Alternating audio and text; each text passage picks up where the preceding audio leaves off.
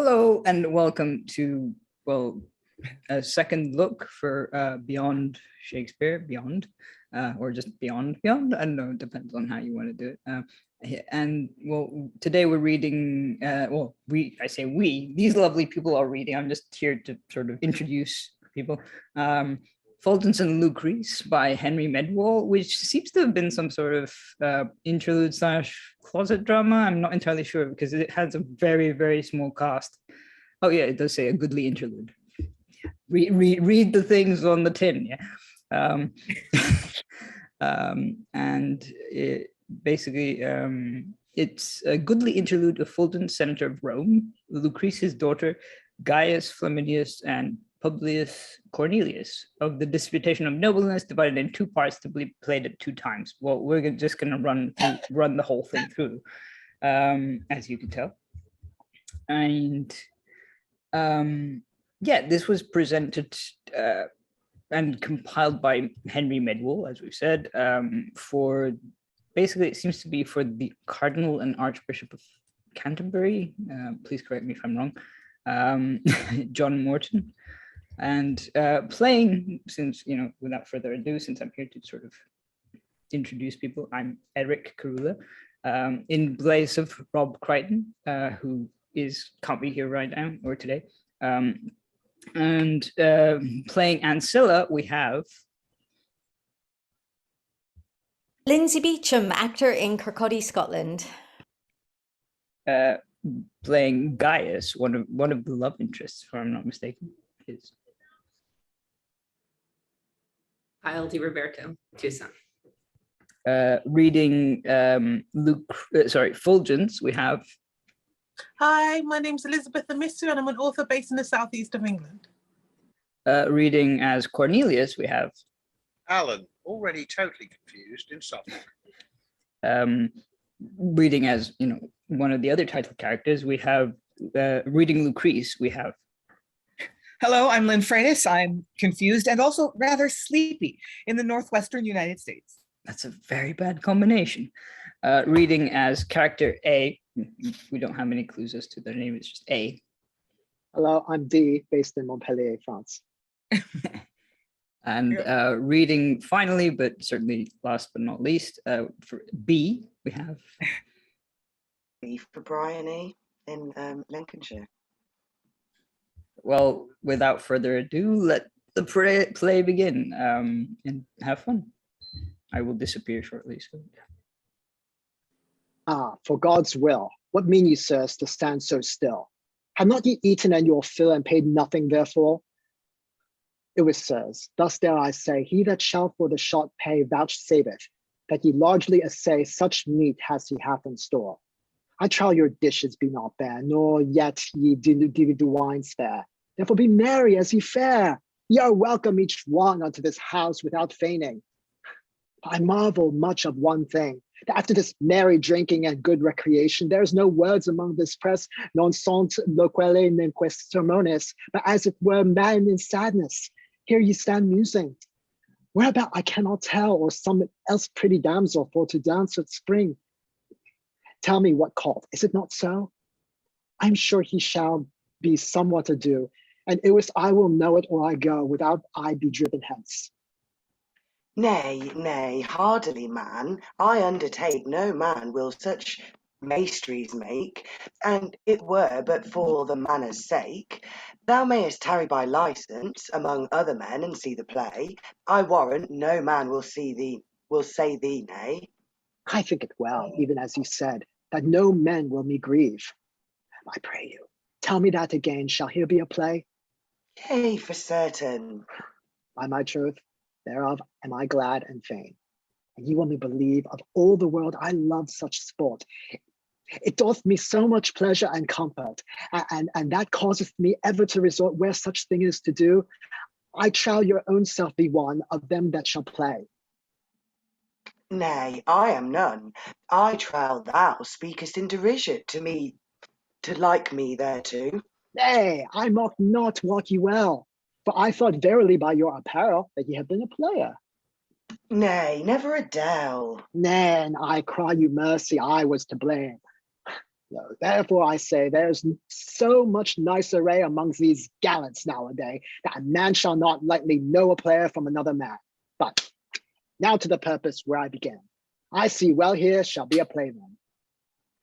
Ye, that there shall doubtless, and I trow ye shall like it well. Seemeth then that ye can tell somewhat of the matter. Yea, I am of counsel. One told me all the process. And I pray you, what shall it be? By my faith, as it was told me more than once or twice, as fair as I can bear it away, all the substance of their play shall proceed this wise.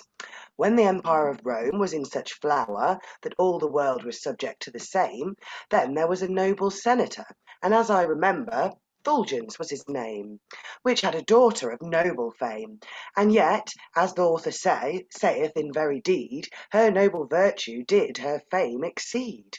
Albeit there was not one almost throughout all the city, young ne old, that of her beauty did not boast, and over that her virtues manifold, in such manner wise were praised and told, that it was thought she lacked no thing to a noble woman that was according.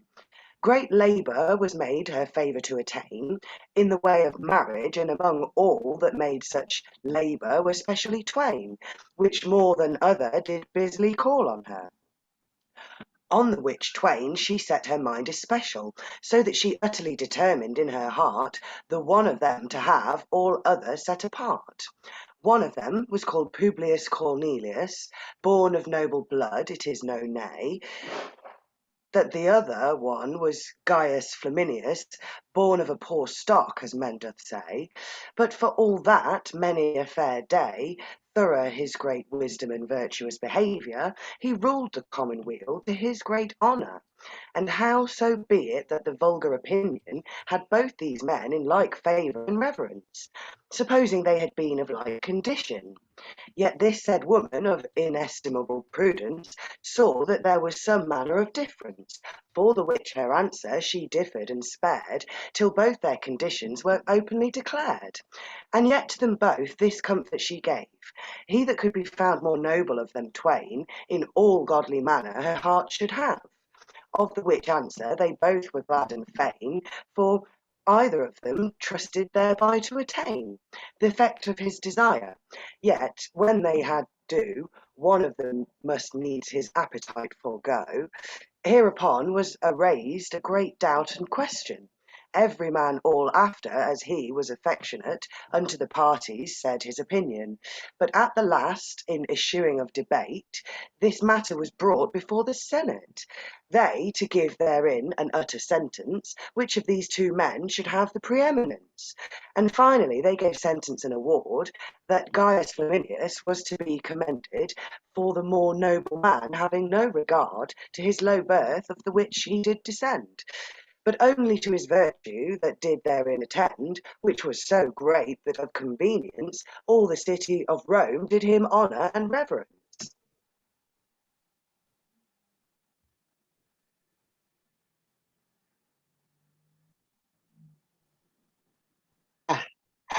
And shall this be the process of the play? Yes, so I understand by credible information. By my faith, but if it be even as he said, say, I will advise them to change that conclusion. What will they affirm, that a churl's son shall be more noble than a gentleman born? They be aware of, for men will have thereof great scorn. It may not be spoken of no manner of case. Yes, such considerations may be laid, that every reasonable man in this place will hold him therein right well apaid. The matter may be so well conveyed. Let them convey and carry clean then, or else he will repent that this play began. Howbeit, the matter toucheth me never a dell, for I am neither virtue excellent, nor yet of gentle blood, this I know well.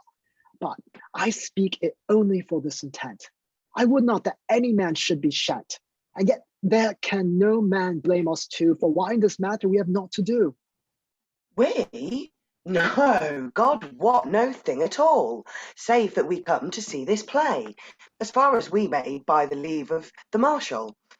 I love to behold such mirths alway, For you've seen before this day of such manner things in many a good place, both good examples and right honest solace. This play, in likewise I am sure, is made for the same intent and purpose, to do every man both mirth and pleasure. Wherefore I cannot think or suppose that they will any word therein disclose, but such as shall stand with truth and reason, in godly manner, according to the season. Yea, but truth may not be said alway. For sometime it causeth grudge and despite. Yea, goeth the world so now a day, that a man must say the crow is white. Yea, that he must be God Almighty. He must both lie and flatter now and then, that casteth him to dwell among worldly men. In some court such men shall most win. Yea, but as for the parish where I abide, such flattery is abhorred as deadly sin, and specially liars be set aside, as soon as they may with the fault be espied. For every man that favoureth and loveth virtue will such manner of folk utterly eschew. Therefore I can think that these folk will not spare, after plain truth this matter to proceed, as the story saith. Why should they care? I trow here is no man of the kin or seed of either party, for why they were born in the city of Rome, as I said before. Therefore leave all this doubtful question, and praise at the parting even as you find. Yes, be sure, when they have all done, I will not spare to show you my mind. Praise who will or dispraise, I will not be behind. I will jest thereon, whatsoever shall befall, if I can find any man to jest withal. Peace, no more words, for now they come, the players being even here at hand. So they be. So help me God and Halidom, I pray you, tell me where I shall stand. Marry, stand even here by me, I warrant. Give room there, sirs, for God avow, they would come in if they might for you. Yeah, but I pray thee, what call? Tell me this. Who is he that now cometh in? Marry, it is Fulgens the senator. Yea, he is. What, the father of the foresaid virgin? Yea, forsooth, he shall this matter begin. And where is fair daughter Lucrece? She cometh anon. I say, hold thy peace. Everlasting joy with honour and praise be unto our most dread Lord and Saviour, which doth us help and comfort many ways, not leaving us destitute of his aid and succour, but letteth his sun shine on the rich and poor, and of his grace is ever indifferent, albeit he diversely committeth his talent. To some he lendeth the spirit of prophecy, to some the plenty of tongues' eloquence, to some great wisdom and worldly policy, to some literature and speculative science, to some he giveth the grace of preeminence, in honour and degree, and to some abundance of treasure, riches, and great inheritance. Every man oweth to take good heed of this distribution, for whoso doth take the larger benefit, he hath the more need, the larger recompense and thank therefore to make. I speak these words only for mine own sake, and for none other person, for I know well that I am therein charged as I shall you tell. When I consider and call to my remembrance the prosperous life that I have always hitherto endured without any grievance of worldly adversity, well, may I say, and think that I am bound to yield and pay great praise and thanks to the High King, of whom proceedeth and groweth every good thing. And certes, if I would not praise or boast the benefits that he hath done unto me, yet is it well known of least and most throughout all Rome, the imperial city, what place in the senate and honourable degree I occupy, and how I demean me in the same. All this can they tell that knoweth but my name. To speak of plenty and great abundance, of worldly riches thereunto belonging, houses of pleasure and great inheritance, with rich apparel, and every other thing, that to a worthy man should be according, I am and ever have been in meetly good case, for the which I thank Almighty God of his grace. Then I have a wife of good condition, and right conformable to mine intent, in everything that is to be done. And howbeit that God hath me not sent an heir male, which were convenient, my name to continue and it to repair, yet am I not utterly destitute of an heir. For I have a daughter in whom I delight, as for the chief comfort of mine old age. And surely my said daughter Lucrece doth height. Men saith she is as like me in visage, as though she were even mine own image. For the which cause nature doth me force and bind, the more to favour and love here in my mind. But yet the principal and greatest occasion that maketh me to love her as I do is this, which I speak not of affection, but even as the truth moveth me thereto. Nature hath wrought in my Lucrece so that to speak of beauty and clear understanding, I cannot think in here what should be lacking. And besides all that, yet a greater thing, which is not oft seen in so young a damsel, she is so discreet and sad in all demeaning, and thereto full of honest and virtuous counsel of her own mind, that wonder is to tell the gifts of nature and of a special grace. Am not I greatly bound in this case to God, as I rehearsed you before? I were to void of all reason and grace, if I would not serve and praise him therefore. With due love and dread, he asketh no more. As far as he will me grace thereto send, the rest of my life therein will I spend.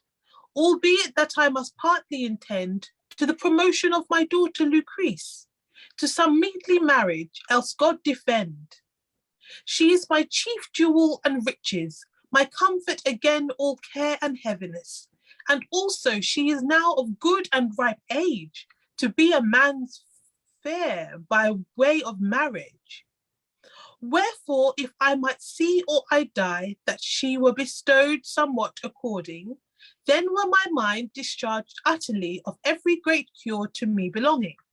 It was the chief cause of my hither coming, to have a communication in this matter with on Cornelius.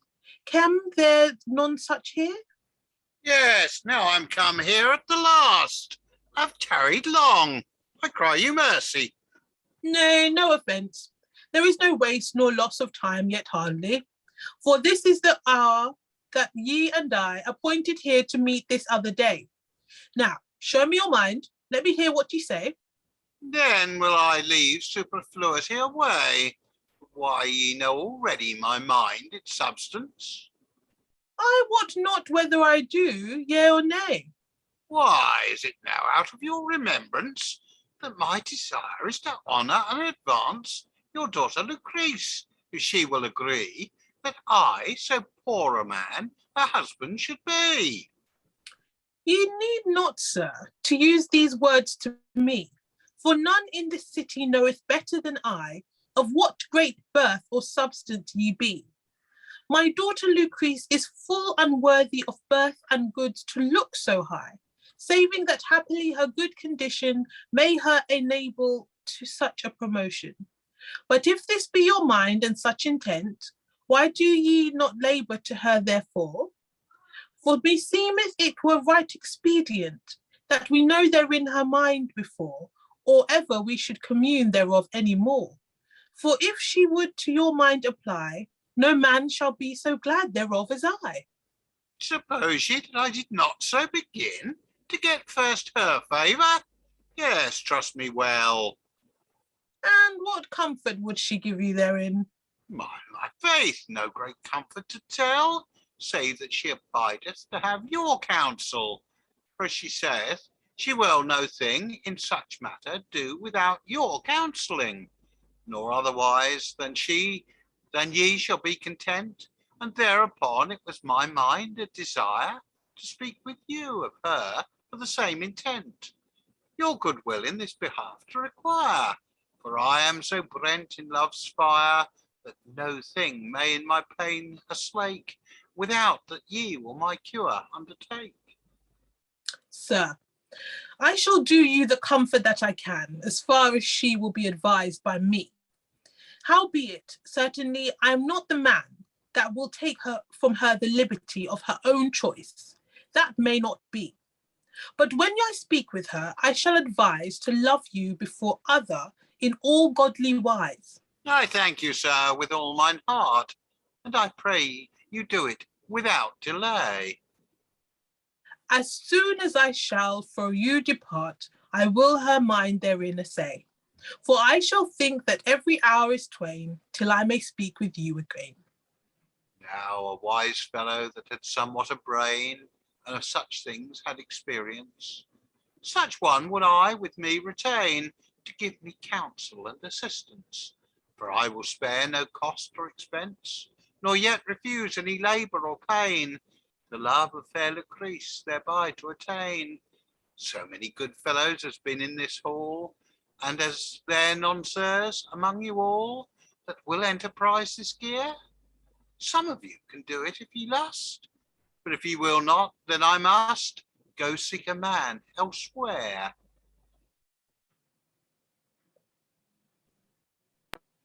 Now have I spied a meet office for me, for I will be of counsel, and I may with yonder man. Peace, let it be. Begone, thou wilt destroy all the play. Destroy the play, quod Nay, nay, the play began never till now. I will be doing, I make God a vow, for there is not in this 100 mile a feet aboard than I am one. And what shall I do in the meanwhile? Marry, thou shalt come in anon with another pageant. Who? I? Yea, by St. John. What? I never have used such thing before. But follow my counsel and do no more. Look that thou abide here still, and I shall undertake for to fulfill all his mind without delay, and whether I do so, yea or nay. At the least, well dare I undertake the marriage utterly to mar or to make. If he and I make any bargain, so that I must give him attendance, when thou seest me come in again, stand even still and keep thy countenance. For when Gaius Flaminius cometh in, then must thou thy pageant begin. Shall any profit grow thereby? Hold thy peace, speak not so high, lest any man of this company know our purpose openly, and break all our dance. For I assure thee faithfully, if thou quiet thee as well as I, this gear shall us both advance. Nay then, let me alone heartily. If any advantage hang thereby, I can myself bear to apply by help of good counsel. This fellow and I be masterless and live most part in idleness. Therefore, some manner of business would become us both well. At the leastwise, it is merry being with men in time of wooing, for all that while they do nothing but dance and make revel, sing and laugh with great shouting, fill in wine with revel routing. I trow it be a joyful thing amongst such folk to dwell. Daughter Lucrece, ye know well enough what study and care I have for your promotion, and what fatherly love I bear to you. So that I think, in mine opinion, it were time lost and wasteful occupation this matter to rehearse or tell you any more. Sith ye it best know, as I said before, but the special cause that I speak for is touching your marriage. As ye know well, many folk there be that desireth sore, and laboureth in that behalf with you to mell. Ye know what is for you, ye need no counsel. Howso be it, if ye list my counsel to require, I shall be glad to satisfy therein your desire. For it is, Father, that I am bound as much unto you as any child may be unto the father living on the ground. And where it pleaseth you to give unto me mine own free choice and my liberty, it is the thing that pleaseth me well. Sith I have therein your counsel, and now, according to the same purpose, what think ye best for me to do? You know right well, as I suppose, that many folk doth me greatly woo, among the which there be specially two, in whom, as I trow, so ye do.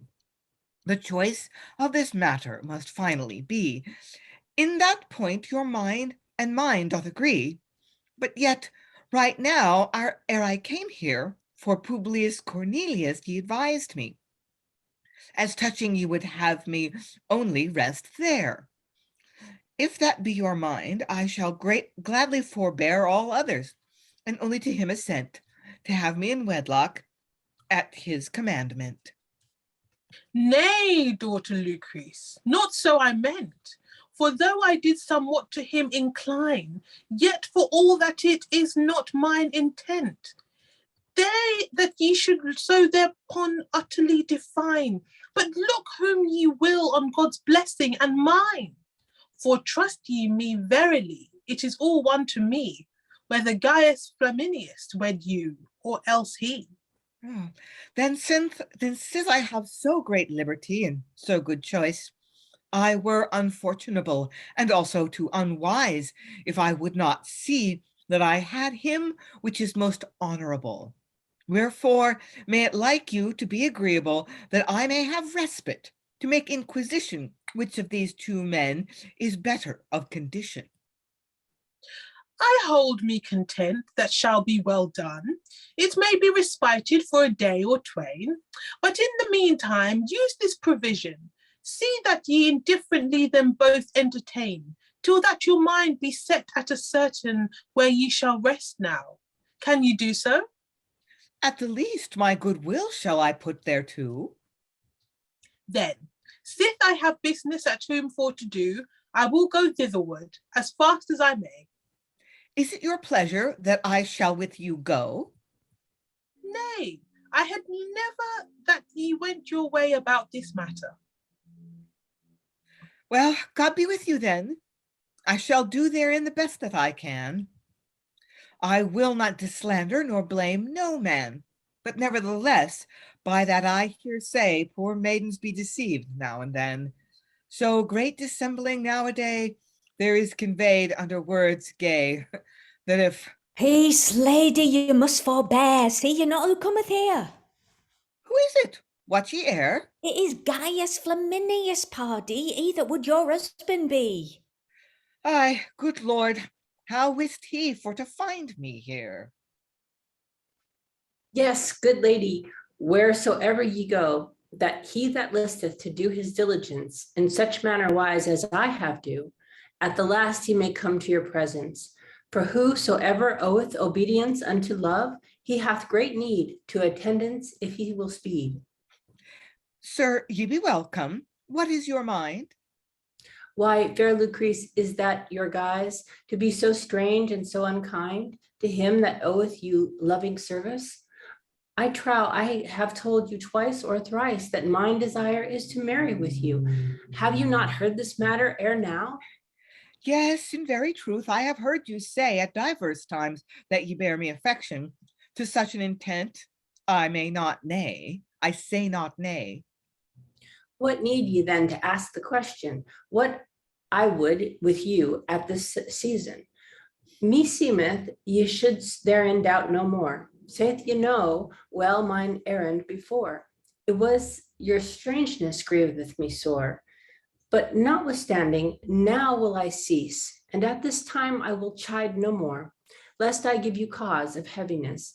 I come hither not only for your sake, doubtless, to glad you and please you in all that I can, and not for to chide with you as I began. For think it in your mind, I am the man that would please you in all that I may, and to that purpose I will do what I can, though you forbid it and say therein nay. In that point only I will you disobey. My heart shall ye have in all godly wise, whether ye may take or utterly despise. And to say that I will follow the guise of wanton lovers nowadays, which doth many flattering words devise, with gifts of rings and brooches gay, their layman hearts for to betray, you must have me therein excused, for it is in the thing that I never used. Therefore I will be short and plain. And I pray you heartily, fair Lucrece, that ye will be so to me again.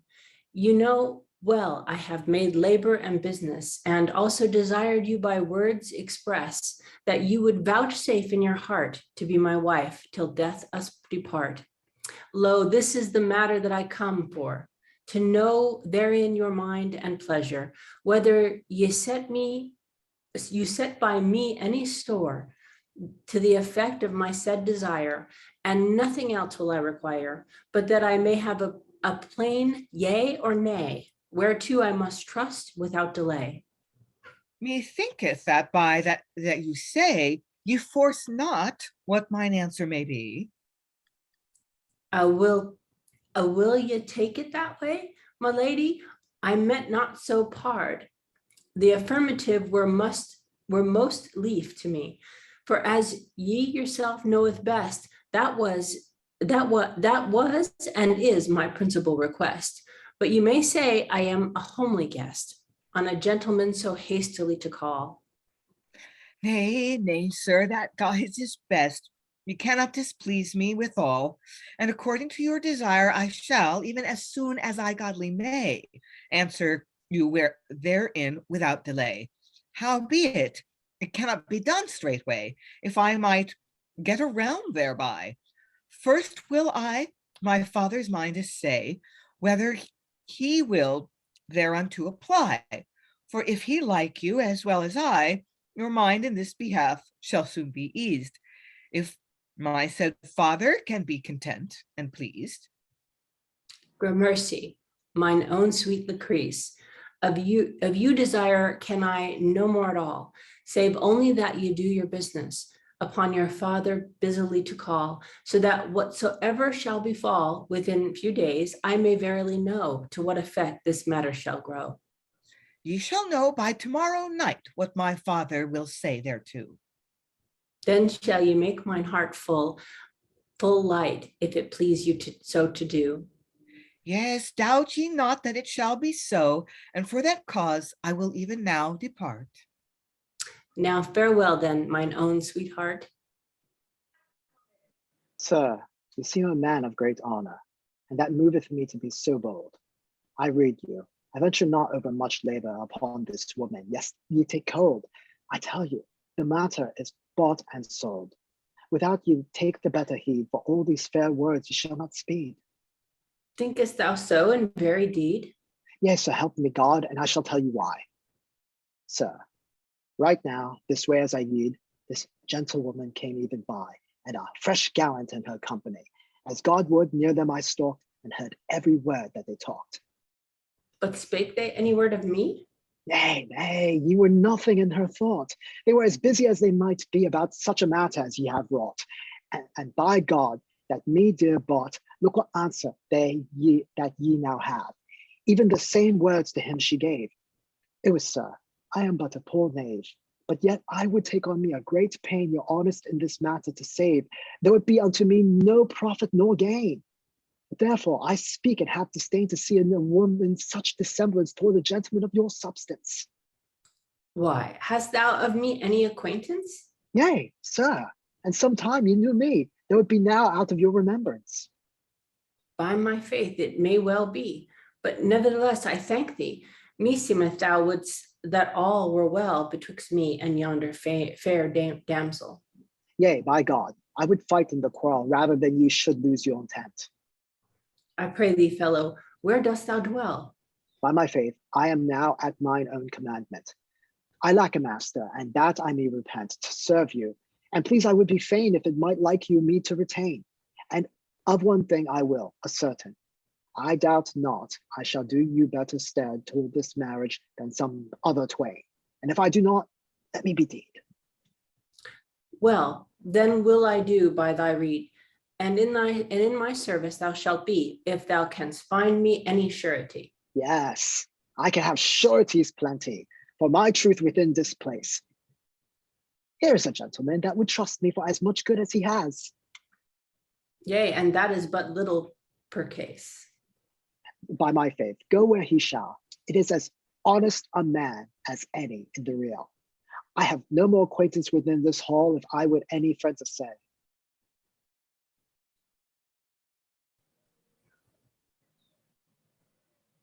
By God, here's one best of all. I trow he will not say me nay, for he hath known me many a day. Sir, will not ye for my truth undertake? Yes, for God, else I were bake. Sir, my master, will you believe me? I dare trust him for all that I can make. If you find me sufficient surety, as for his truth, I doubt not ye. I never could by him anything espy, but that he was as true a man as I. He and I dwelled many a fair day in one school, and yet I wot well from thence he bare never away the worth of an halfpenny that I can tell. Therefore he is able with you to dwell. As for his truth, that I dare well say. Hardily trust him therein ye may. Upon your word, I shall say. And sir, after thy good deserving, so shall I thy wages pay. But now to remember one thing, methought thou sayest at the beginning that Lucrece favoreth better than me. Another lover? What man is he? Cornelius, I ween his name should be. Ah, then I know him well by the rod. There is not within all the city a man born of a better blood. But yet Lucrece hath a wit so good that as I think she will before see whether his condition thereto agree, and if they do not, farewell he. But therein I have not ado. He shall not be dispraised for me, without that I be compelled thereto. I cannot let him for to woo a woman being at her own liberty. For why it is as free for him as for me, I will forbear never the more, till I know what shall be the end. Go thy way unto Lucrece, therefore, and heartily me unto her recommend, praying her that she will me send a ready answer of one thing that she promised me at her departing. Tarry, I shall, without any tarrying. I know mine errand well enow. Ye shall see me appoint a meeting where she again shall speak with you. Then shall I thy wit allow, if thou can bring that about. Yes, that I shall do, have you no doubt. Now, by my troth, I would not have thought that thou hadst been half so wise, for thou hast this matter featly wrought, and conveyed it point devise. To bring thyself to such a service, I see well thou hast some wit in thy head. Yea, a little. Thou hast thou speed. Even likewise, have thou no dread. I have gotten a master for my prow. I never thrived as I shall do now. No? Which way? I shall tell thee how. It is no mastery to thrive at all under a man that is so liberal. There is now late unto him fall so great goods by inheritance that he wot never what to do withal, but lasheth it forth daily askance, that he had no daily remembrance of time to come, nor maketh no store, for he careth not which end goeth before. And by Our Lady I commend him the more. Why should he those goods spare, sith he laboured never therefore? Nay, and every man should care for goods, and specially such as are of gentle blood, it were great sin, for all liberality in them should begin. Many a poor man thereby doth win the chief substance of his living. My master were worthy to be a king, for liberal expenses in all his dealing. I trow thou shalt see him come in, like a rutter, somewhat according, in all apparel to him belonging. How much payeth he, as ye suppose, for the making of a pair of his toes? Marry, 12 pence were a fair thing. Ye by the road 20 times told, that is even 20 shillings for the making. It cannot be so without a man would make them all with silk and gold. Nay, by jis, none earthly thing but even the bare cloth and the lining, save only that there is in cutting a new manner of fashion nowadays, because they should be somewhat strange, they most be striped all this way, with small slips of colours gay, a codpiece before almost thus large, and therein resteth the greatest charge. To speak of gowns, and that good change, of them he hath store in plenty, and that the fashions be new and strange, for none of them passeth the mid-thigh, and yet he putteth in a gown commonly, how many broad yards as ye guess? Marry, 2 or 3. Nay, 7 and no less. By my truth, that is like a lie. But it is as true as ye stand there, and I shall tell you a reason why. All that doth that fashion wear, they have wings behind ready to fly, and a sleeve that would cover all the body. Then 40 pleats, as I think in my mind, they have before, and as many behind. Well, as for gentlemen, it is full kind to have their pleasures that may well pay. Yea, but than this grudgeth my mind. A gentleman shall not wear it a day, but every man will himself array of the same fashion, even by and by, on the morrow after. Nay, that I defy. But then I marvel greatly why you are not garnished after that guise. There is never a knave in the house save I, but his gown is made in the same wise. And for because I am new come to service, I must for a while be content to wear still mine old garment. Yea, but abide. To what intent doth thy master take in hand to make him so much costly raiment? Marry, that is easy to understand. All is done for Lucrece's sake. To wed her he doth his reckoning make. I put case that she do him forsake, so that she be my master's wife. By my faith, then, I say it will make many a man to lose his life, for thereof will rise a great strife. Marry, I pray God send us peace. Be my faith, it will be no less, if my master have not Lucrece. I can no more, God sped the right. Lo, these folk would strive and fight for this woman's sake. And when they have done their uttermost, I ween verily he shall sped best that must her forsake. He is well at ease that hath a wife, yet he is better than hath none, be my life. But he that hath a good wife and will forsake her, I pray God the devil take her. Now, in good faith, thou art made knave. I see well thou hast wedded a shrew. The devil I have. Nay, I have married 2 or 3 since the time that I her lost. And keepest thou them all still with thee? Nay, that would not quite the cost. To say the truth, they found me most. Then they have some manner getting by some occupation, have they? Sir, they have a pretty way. The chef mean of their leaving is lechery, lechcraft, I would say, wherein they labor night and day, and ease many a man in some case. And where do they dwell? At the commonplace. There thou mayst them all find. God's mercy, where's my mind? By God, I shall be shed. I should have gone to Lucrece about my master's business. There were I was bent. By my faith, my master is there, all the while that thou art here, as verily I suppose. I show thy face by Saint Mary, with thy clattering thou dost may tarry even for the same purpose. I say, when thou hast with Lucrece spoken, I pray thee, will thou deliver me a token in my name to her maid? Nay, you must beware of that gear, for I have been afore you there. Why, hast thou her essayed? Yea, that matter is sped for. I may have her, and she will, that comfort she me gave. And hast thou none other comfort at all? I trust to God, then yet I shall all this matter save. Howbeit, I will not the matter begin without I were sure she were a virgin. By my troth, this comfort shall I put therein. I came never on her back in the way of sin.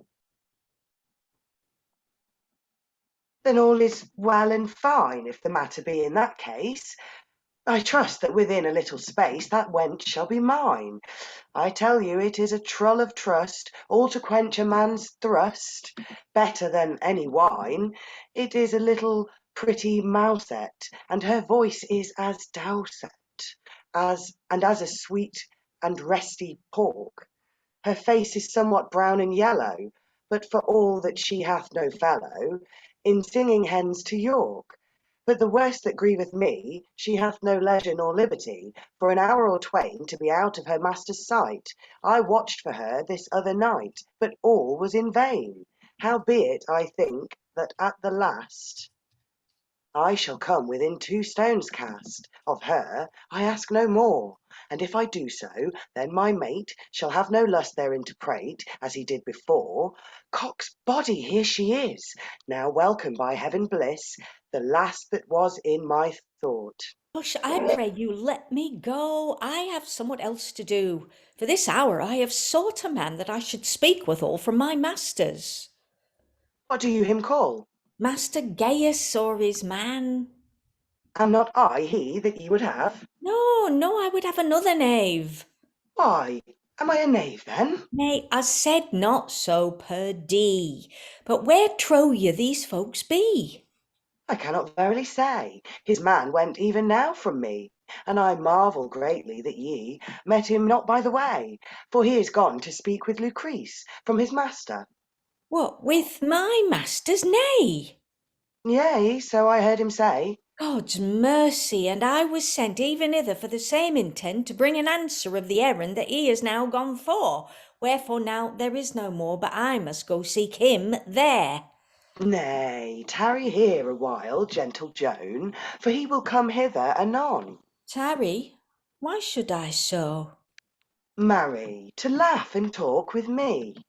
Nay, look where such giglets be, for I'm none of them, I warn thee, that use so to do. I mean no thing but good and honest, and for your weal and you list to assent thereunto. For my weal, quodder, how may that be? That is a thing that I cannot see. Marry, this, lo, is mine intent. I mean, if you would be content, or anywise agree, for to be my sacrament of penance, by God, give it a very vengeance of wedlock, I would have said. Tosh, by St. James, you do but mock to speak to me of any wedlock, and I, so young a maid. Why, are ye a maid? Yea, else I were to blame. Whereby wot ye? Marry, for I am. Ah, that is a thing. Hear ye not, sirs, what she saith? So reasonable a cause thereto she layeth. A straw for your mocking, have ye none to mock but me? Mock? Nay, so mote I thee. I mean even good earnest. Give me your hand, and you shall see what I will promise you.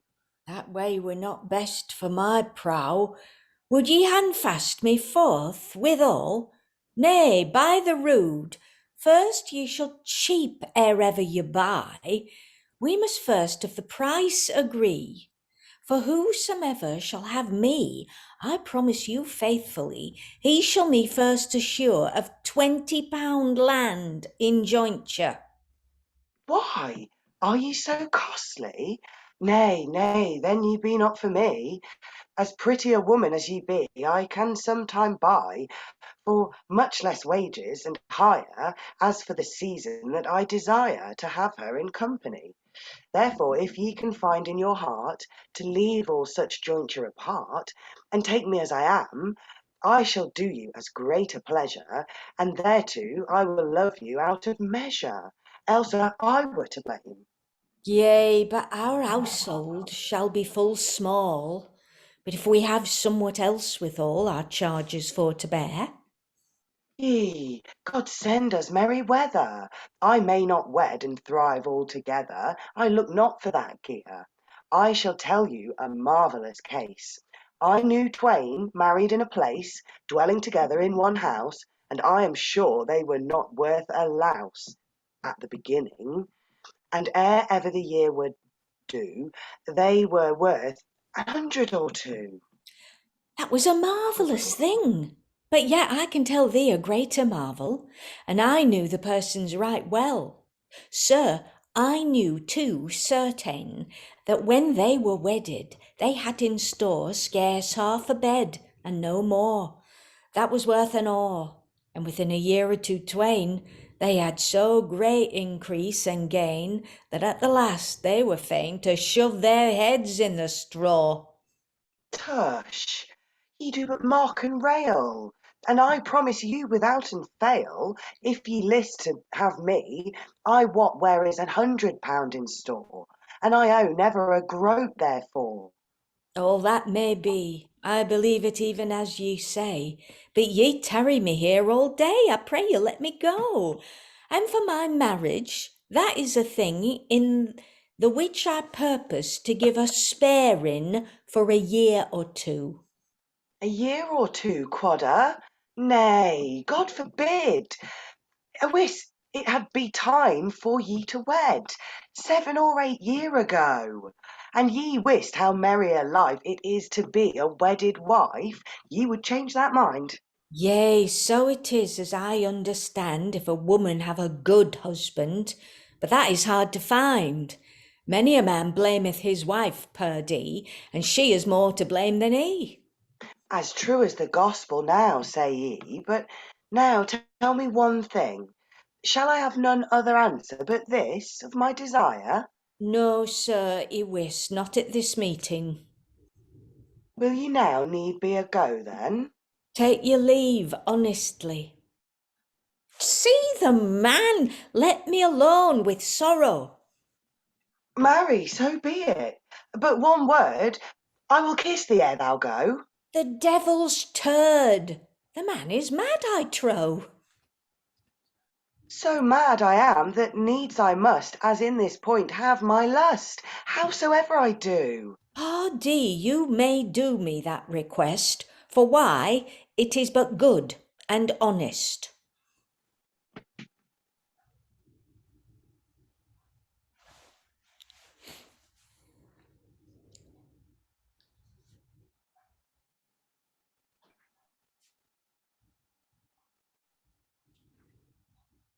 Here comes A.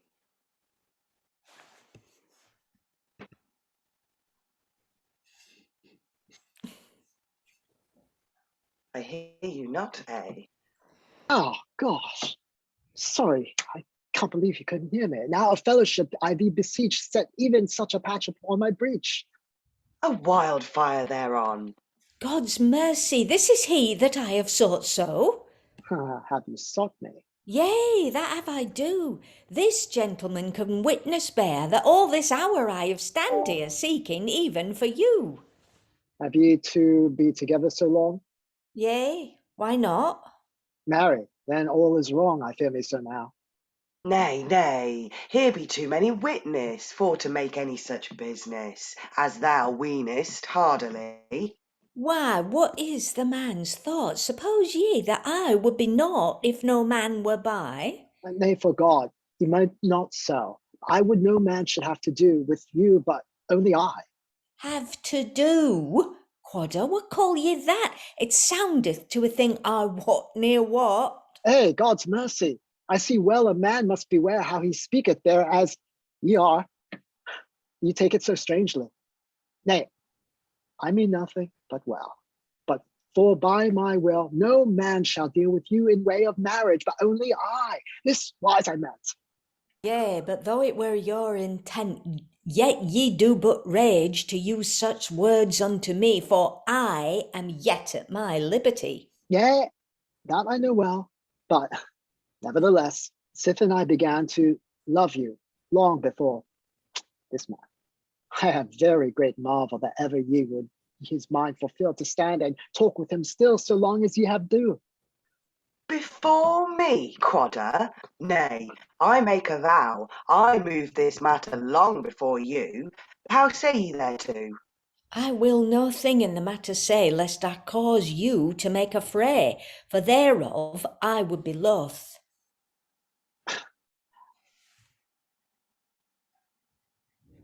By cock's body, but whosoever it be that weddeth her besides me, I shall make him wroth. Yea, but he that is so hasty at every word for a medicine must eat his wife's turd. Hold your tongues there, I say. For, an ye make this work for me, ye shall both be disappointed be, as far as I may. By my troth, but mark me well, if ever thou with this man dwell as a woman with him make, thou shalt find him the most froward man that ever thou sawest sith the world began. For I dare undertake that 40 times on a day without any cause he will be affray and beat the back and side. He shall not need so to do, for he shall have 40 causes and 42 if I with him abide. Harry, that is a remedy according. But I can tell thee another thing, and it is no lie. Thou mayest well be his wedded wife, but he will never love thee in his life. Yet I know a remedy. How so? Marry, I will love him as little again. For every shrewd turn he shall have twain, and he were my brother. Wis, Joan, he speaketh but of malice. There is no man hence to callous. Why, soever be the t'other that can himself better apply to please a woman better than I. Yea, so I heard you say. But yet be ye never so rough. There is never one of you both, for all your words gay, that shall be assured of me, till I may first hear and see what ye both can do. For he that can do most mastery, be it in cookery or in pastry, in feats of war or deeds of chivalry, with him will I go. By my troth, that liketh me well. There's no mastery that a man can tell, but I am meet thereto, wherefore that wager I do well undertake. Let me see, wilt thou go quit for thy lady's sake, or what thing shall we do? Nay, if thou wilt her with mastery win, with boys' game thou mayest not begin. That is not her intent. What is best that we do then? Marry, canst thou sing? Yea, that I can, as well as any man in Kent. What manner of song shall it be? Whatsoever thou wilt choose thee, I hold me well content.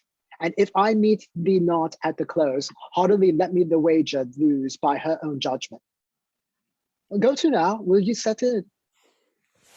Nay, by the rood ye shall begin. By St. James, I assent.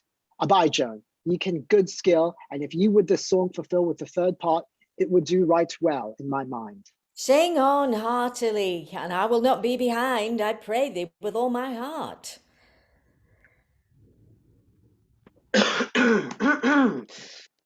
I am so hoarse it will not be. Horse, coulda.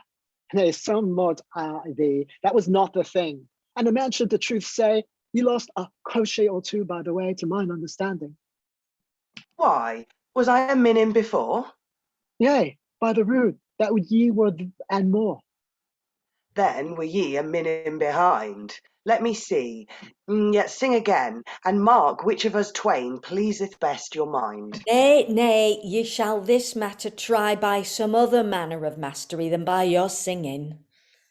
Let him essay what mastery he will. Marry, and my belie were not so full, I would wrestle with him a fair pool, that were a game according for such valiant men as we be.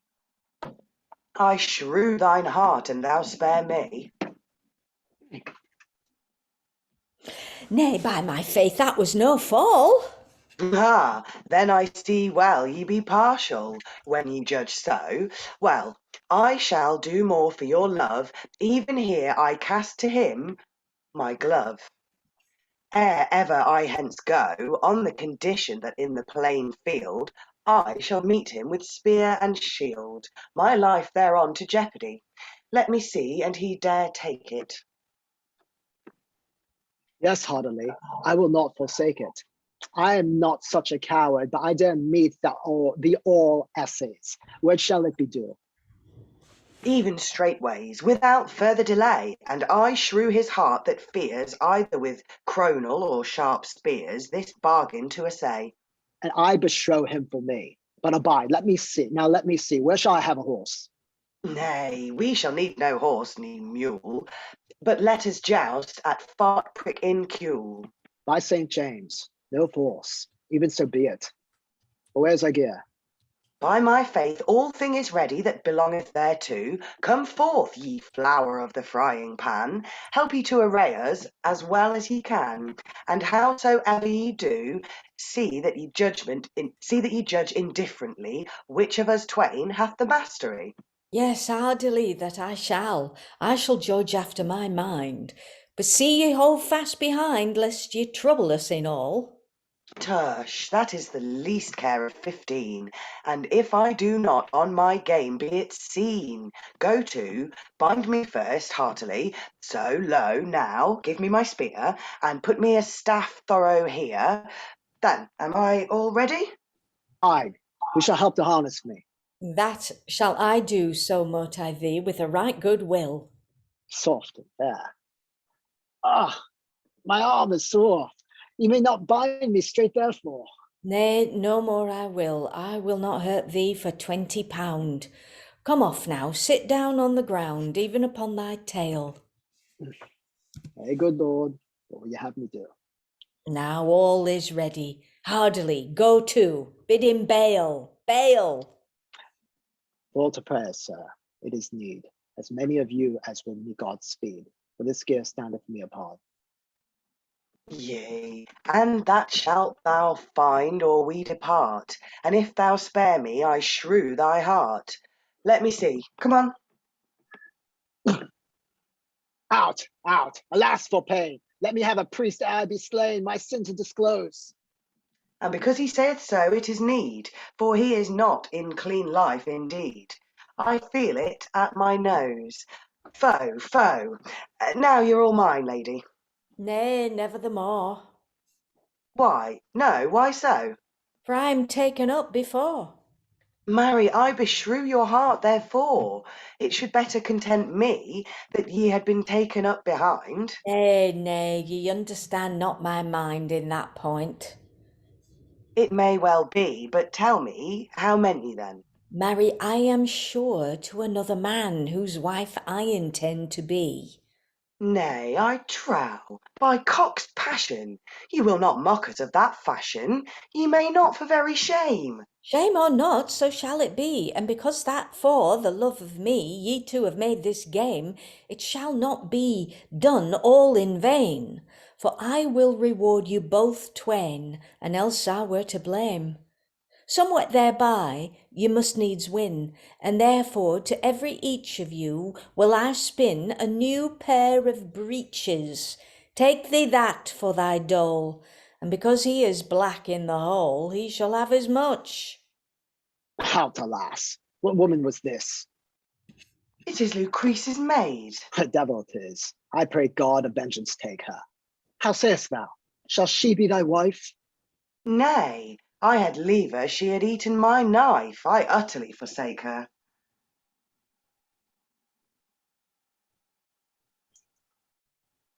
How, sirs, how hath arrayed you this? False thieves, Master Uwis, and all for your quarrel. What? And this other man too? Yea, and yea would our hands undo the matter we shall tell.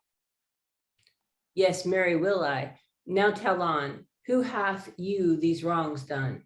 Marry, that I shall. Cornelius' servants, which is your enemy, espied me going toward Lucrece's place, that I could bring the matter to pass of that gentlewoman, as your desire was.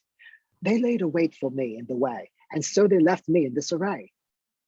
Yea, but hast thou any deadly wound? That is the thing that feareth my mind. Faith, I was left for deed on the ground, and I have a great gash here behind, out of the which there cometh such a wind that if you hold the candle there too, it will blow it out. That will do. See to it be time, by mine advice, lest the wound fester within.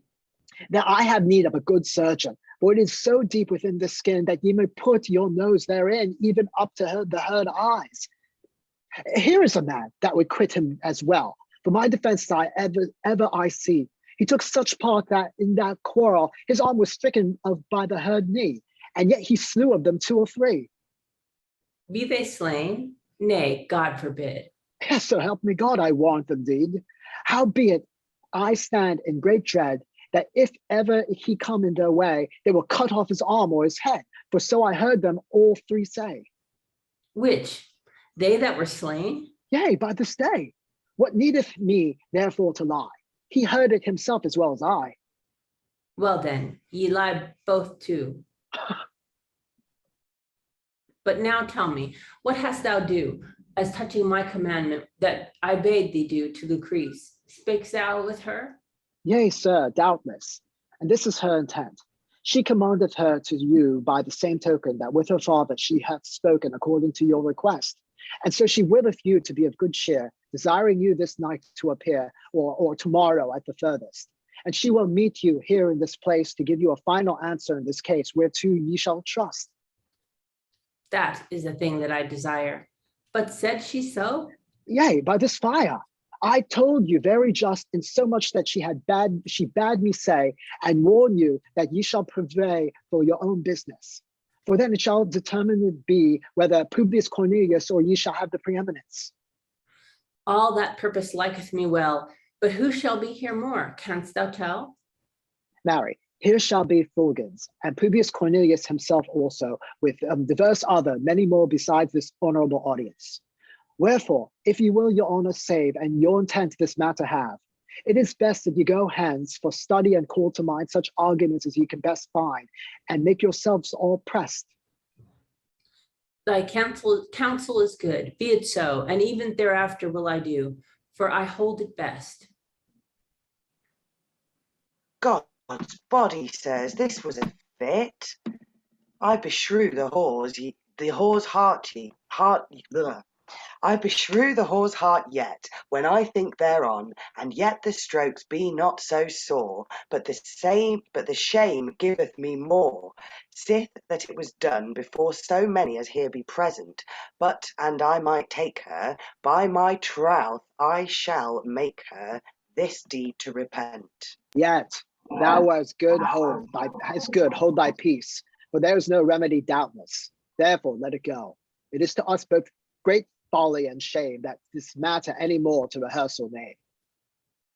Well then, be it so, and yet, because she hath made me smart, I trust once to ride in her cart. Be it shame or no, I cannot suffer it patiently to be rebuked openly, and to be mocked also. Another thing grieveth me worst of all. I shall be shent, that I shall, of my master too, because I have been so long away out of his presence. Nay, I have heard so much sith I went hence, that he had little mind to thine offence. I pray you tell me why. For as I brought my master on his way, I heard one of Lucrece's men say that thy master hath been all this hour at her place, and that he has his answer this wise as I mean. She hath appointed him to be here soon in the evening about supper, and then he shall have a final answer when she intendeth to do. And so then we shall know her intent, for as I understand, she will be content to have one of them too.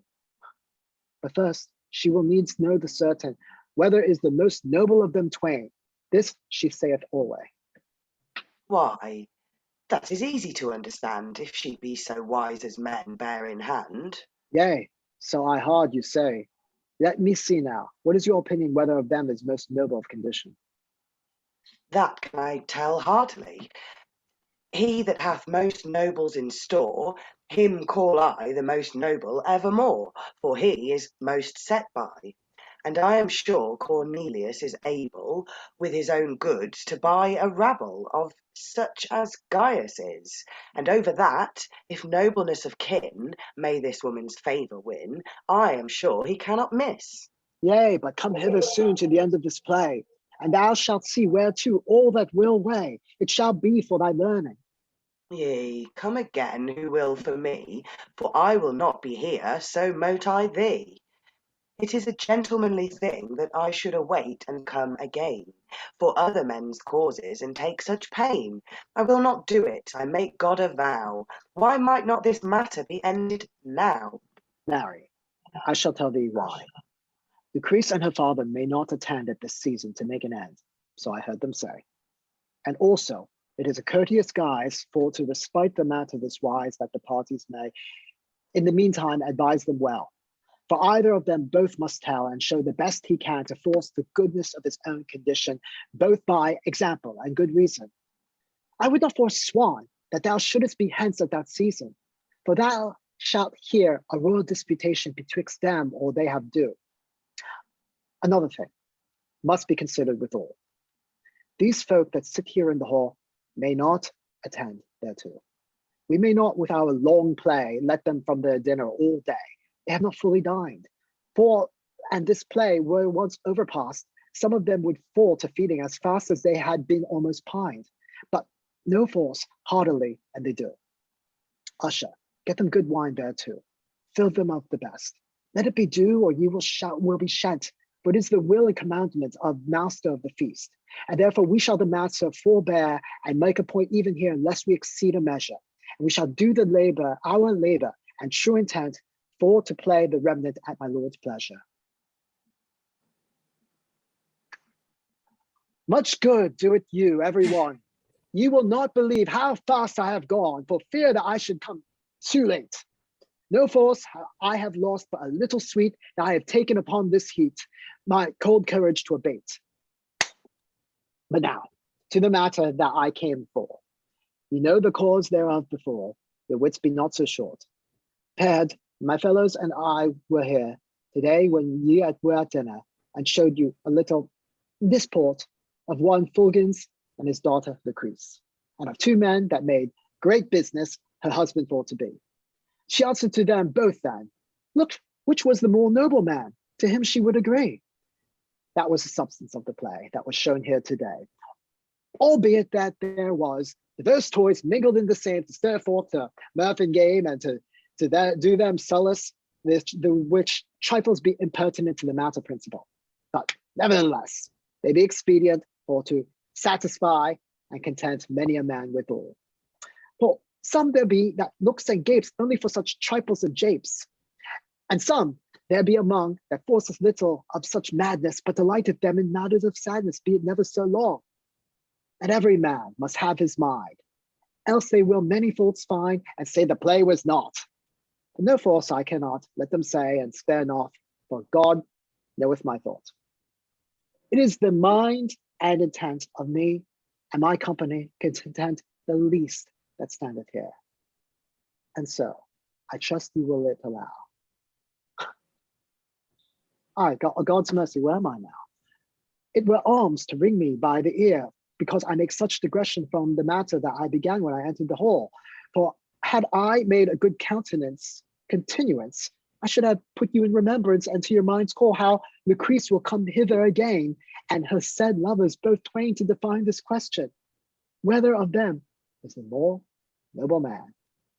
For thereon all this matter began. It is the chief foundation of all this process, both all and some. And if these players were once come of this matter, will they speak? I marvel greatly in my mind that they tarry so long behind their hour for to break. Hot sirs, I pray you, everyone, have patience, for they come anon. I am sure they will not fail, but they will meet in this place as their promise and appointment was. And else I have marvel. Let me see, what now is the clock? Ah, there cometh one. I hear him knock. He knocketh as he were wood. One of you, go look what it is, who it is.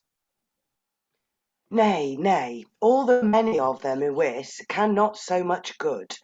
A man may rap till his nails ache, or any of them will the labour take to give him an answer. I have great marvel on thee, that ever thou wilt take upon thee to chide any man here. No man is so much to blame as thou for long tarrying.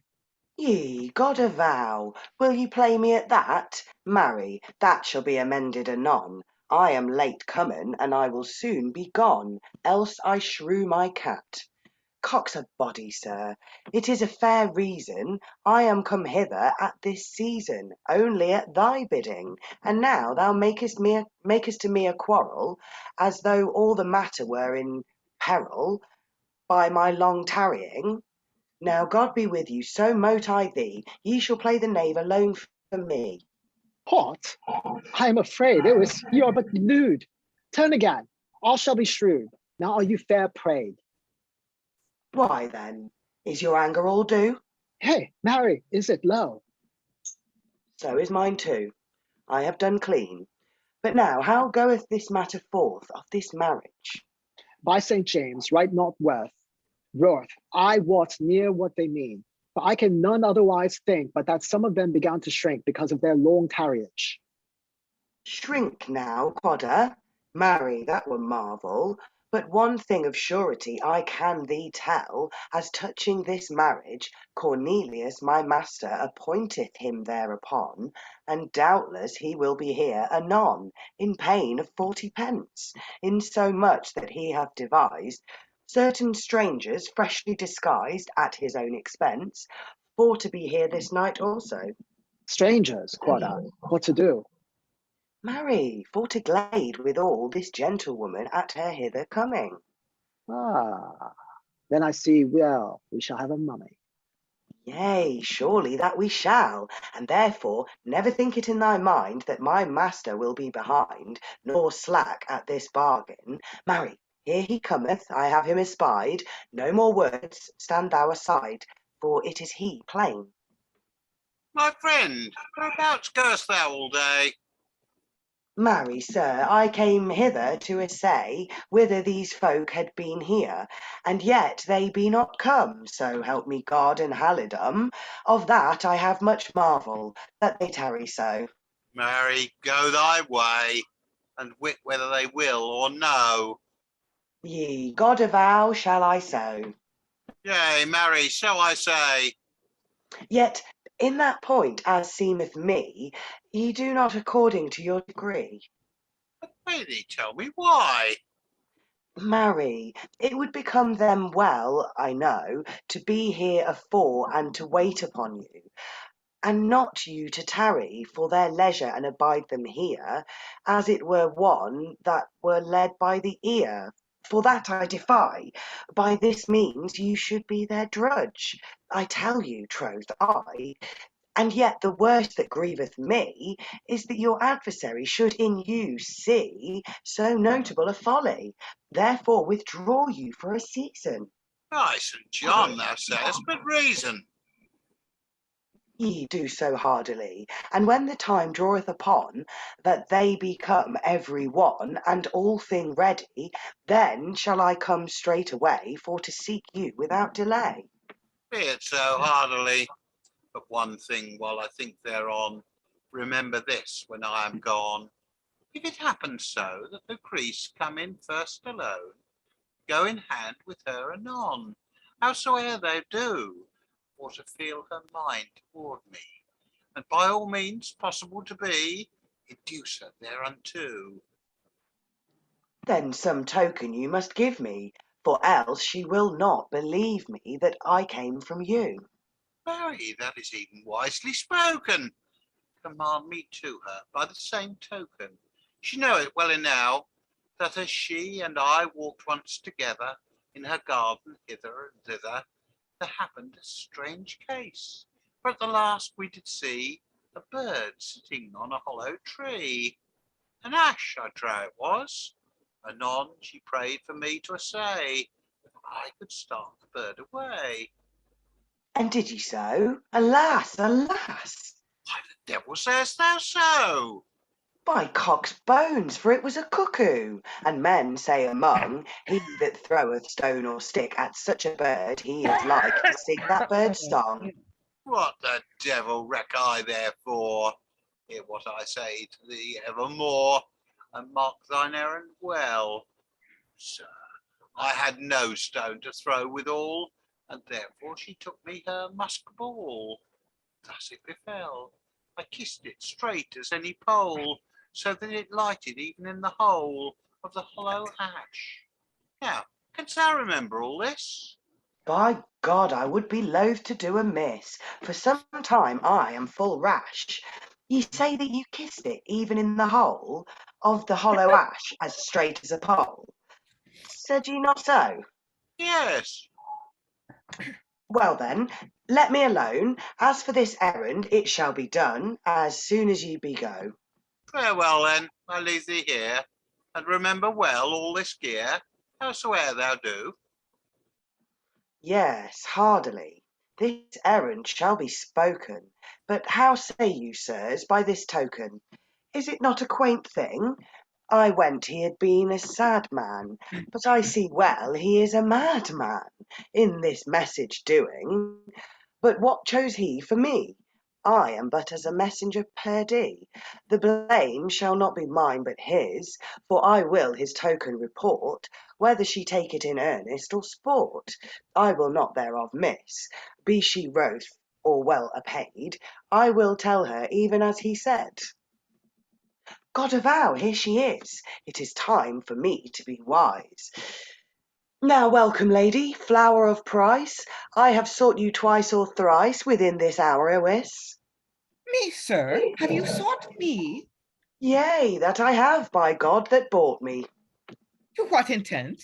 Marry, for I have things a few, the which I must to you show. By my master's commandment, Publius Cornelius is his name, your very lover in pain of shame.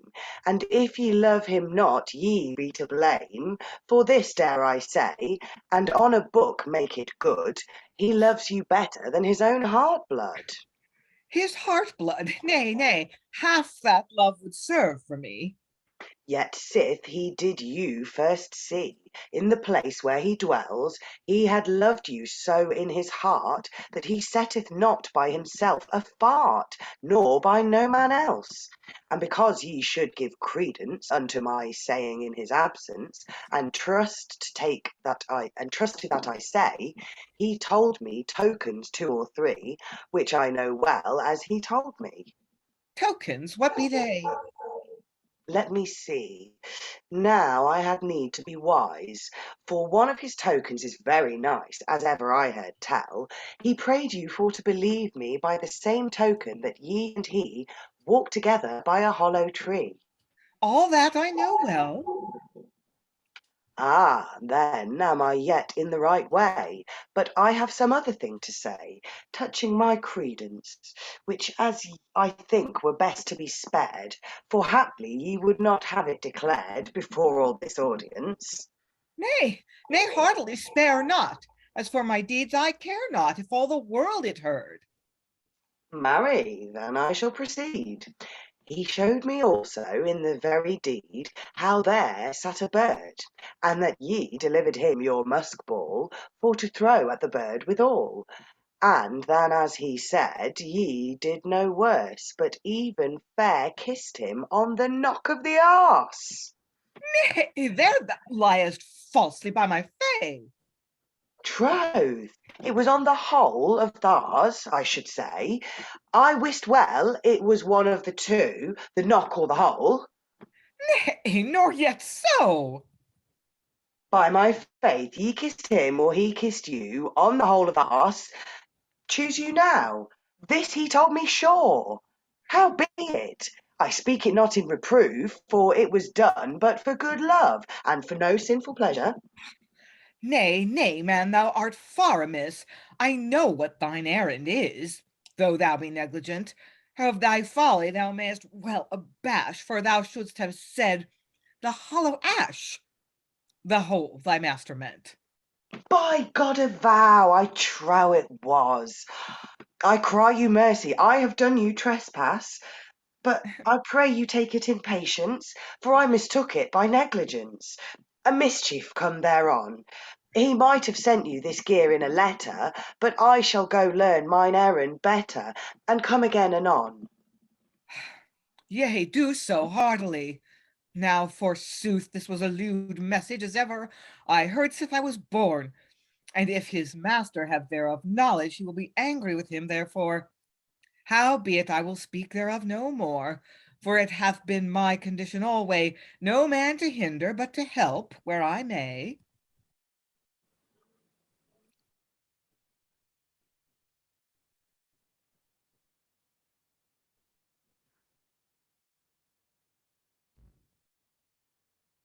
Fair mistress, liketh you to know that my master commend to you. Commendeth you to me? Nay, commendeth you to him. Well amended by St. Sim. Commendeth he to you, I would say, or else you to he. Now choose ye may whether liketh you better, and here he sendeth you a letter. God's mercy, I had it right now. Sirs, is there none there among you that took up such a writing? I pray you, sirs, let me have it again. You are a good messenger for certain, but I pray you, sir, of one thing. Who is your master? Tell me that. Master, what call ye him? Pardon ye what, whom I mean well and fine? Yet I know not, so mote I go. What? Yes, pardon, he that would have you sell. I suppose there may be many of though, if I would incline, but yet you know I know not, but yet know I not who you mean. I hold best that you go again to learn your master's name. By my faith, and I hold it best. You may say I'm a homely guest in earnest and in game. Abide, I shall go to your near hand. What is your own name? I would understand. Tell me that, or I go. I trow thou canst not well tell. By my faith, not verily well, because you say so. By this light I have forgotten, howbeit by that time I have spoken with some of my company. I shall be ascertained of this gear. But shall I find ye again here? Yea, that thou shalt, haply. Now, fair Lucrece, according to the appointment that ye made with me here this day, because ye shall not find me there negligent. Here I am come, your will to obey, and ready am I for myself to say that as touching the degree of noble condition betwixt me and Gaius, there may be no comparison, and that I shall show you by apparent reason, if it shall like you, that I now begin. Nay, ye shall spare it for a little season, till such time that Gaius your adversary come in, for I will give you therein none audience till ye both together in presence. And in any wise keep well your patience, like as I have bound you both to the peace. I forbid you utterly all manner of violence during this matter, and also that ye cease of all such words as may give occasion of brawling or other ungodly condition. There shall be in me no such ablution in word nor deed. Are you promise? But now let me see, what occupation or what matter of pastime will ye devise, while that these folks do tarry this wise? Will you see a base dance after the guise of Spain, while ye have no thing to do? All thing have I purveyed that belongeth thereto. Sir, I shall give you the looking on. Will you do so? I ask no more. Go soon and bid them come thence anon, and cause the minstrels to come in before. Marry, as for one of them, his lip is sore. I trow he may not pipe, he is so sick. Spiele up tambourine, ik biede au frilecki. Forsooth, this was a goodly recreation. But I pray you, of what manner and nation be these godly creatures? Were they of England or of Wales? Nay, they be wild Irish portingales, that did all these pleasures. Howbeit, it was for my master's sake, and he will deserve it, I undertake, on the largest wise. Go thyself, why standst thou so? And make them cheer.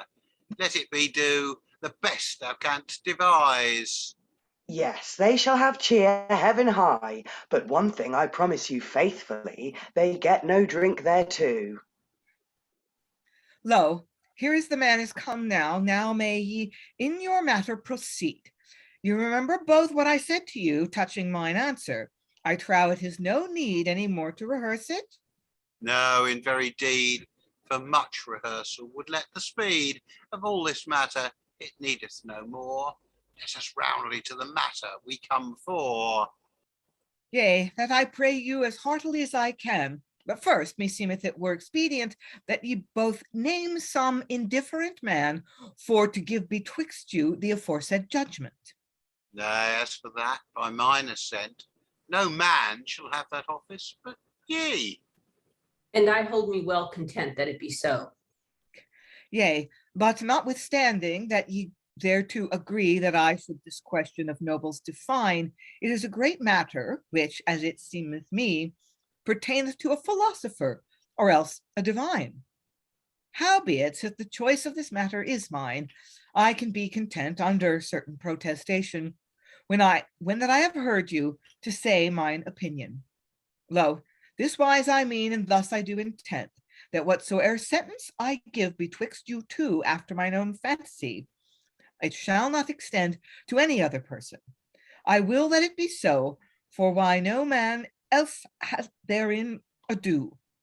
It may be noted for a general precedent, albeit that for your parts ye do thereto assent. As touching that point, we hold us well content.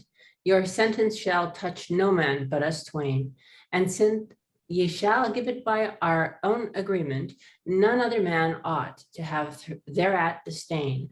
Wherefore all this doubt ye may well refrain, and in that matter principle, this time would be spent. Then will I begin. I hold me well content. Sith ye as promised, fair Lucrece, heretofore, that to the more noble man ye will incline.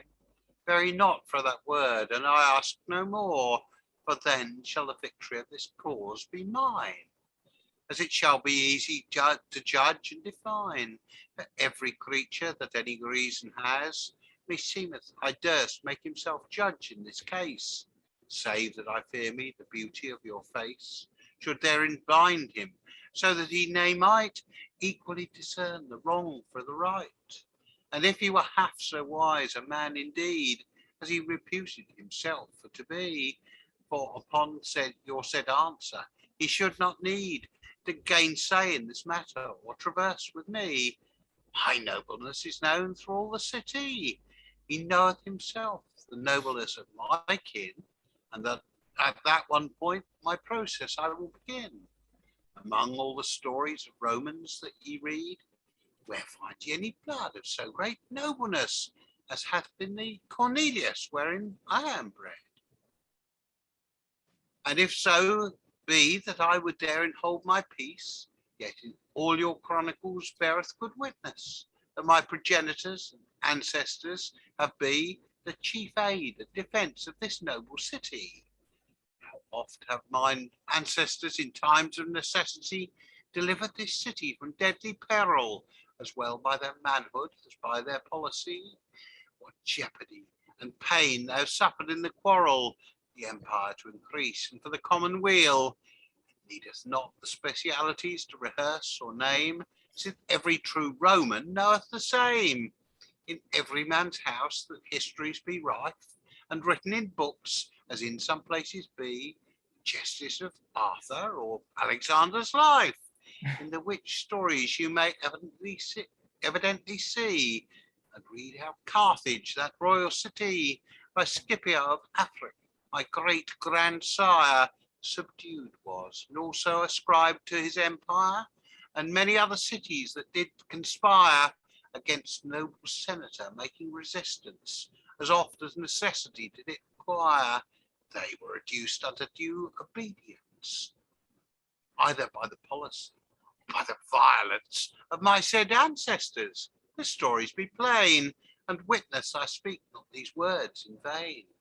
My blood hath ever taken such pain to safeguard the commonweal for ruin and decay, that by one advice the Senate did ordain them to be named the fathers of the country. And so were mine authors reputed alway, for in every need they did upon them call, the help was the child upon the father natural. Howbeit, to pray them there was no need at all, for of their own minds they were ready alway, in token of the same, for a memorial of their deserts. The city did edify triumphal arches, whereupon ye may, to my great honour, see at this day the images of mine ancestors, even by and by, because that their nobleness should never die, in token also that they were worthy great honour and praise of all the country. It is commanded and used generally that every citizen that passes that way, by the said images he must obey, and to those figures make a due reverence, and else to the laws he doth great offence. Sith it is so that of convenience such honour and homage must needs be due to these deed images, then much more reverence to me shall be given.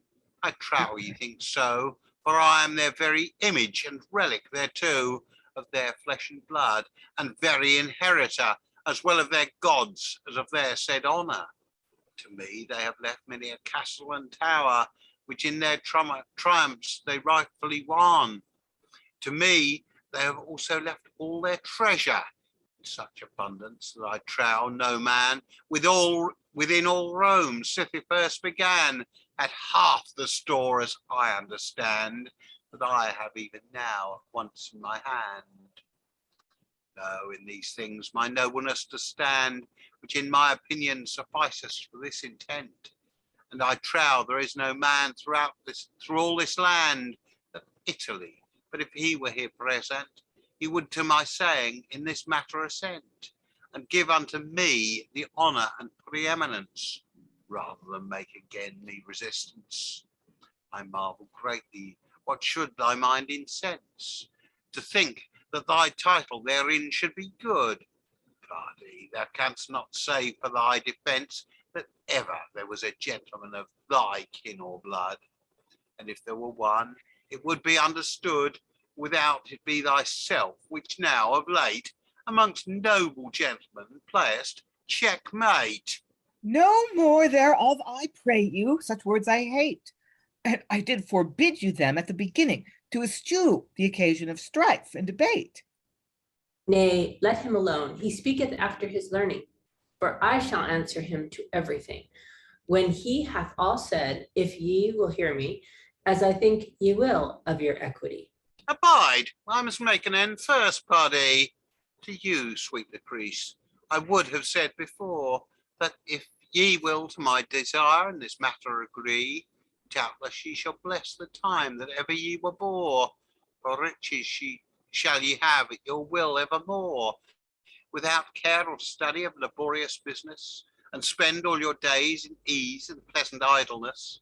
About your own apparel ye can do none excess.